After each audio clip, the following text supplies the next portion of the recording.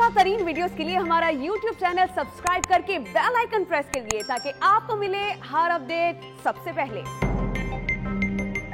तनख्वाहदार तबके पर कोई नया टैक्स नहीं लगाया जाएगा।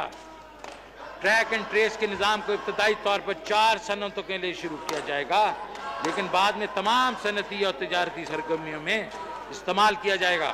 तमाम रिटेल और होलसेल ट्रांजैक्शन को टैक्स नेट में शामिल करेंगे जो डिजिटल और इलेक्ट्रॉनिक अदायगी के निज़ाम से मुंसलिक हो चुके हैं।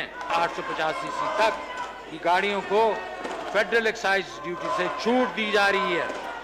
इसके अलावा इनके सेल्स टैक्स की शरह 17% से कम के 12.5% की जा रही है और वैल्यू एडेड टैक्स का खात्मा किया जा रहा है। मुकामी तौर पर की गई इलेक्ट्रिक गाड़ियों के लिए सेल्स टैक्स की शरह में 17% से 1% तक कमी, इलेक्ट्रॉनिक गाड़ियों और CKD किट्स की दरामद पर वैल्यू एडिशन टैक्स की छूट, टेलीकॉम खदमात पर फेडरल एक्साइज ड्यूटी में छूट, banking transaction, Pakistan stock exchange, margin financing, air travel services, debit और क्रेडिट कार्ड के जरिए बैनुल अक़वामी ट्रांजैक्शन,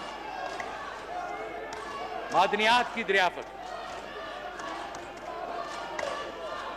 मोबाइल फ़ोन के इस्तेमाल पर विदहोल्डिंग टैक्स की शरह में कमी, मोबाइल सर्विसेज मौजूदा विदहोल्डिंग टैक्स शरह 12.5% है।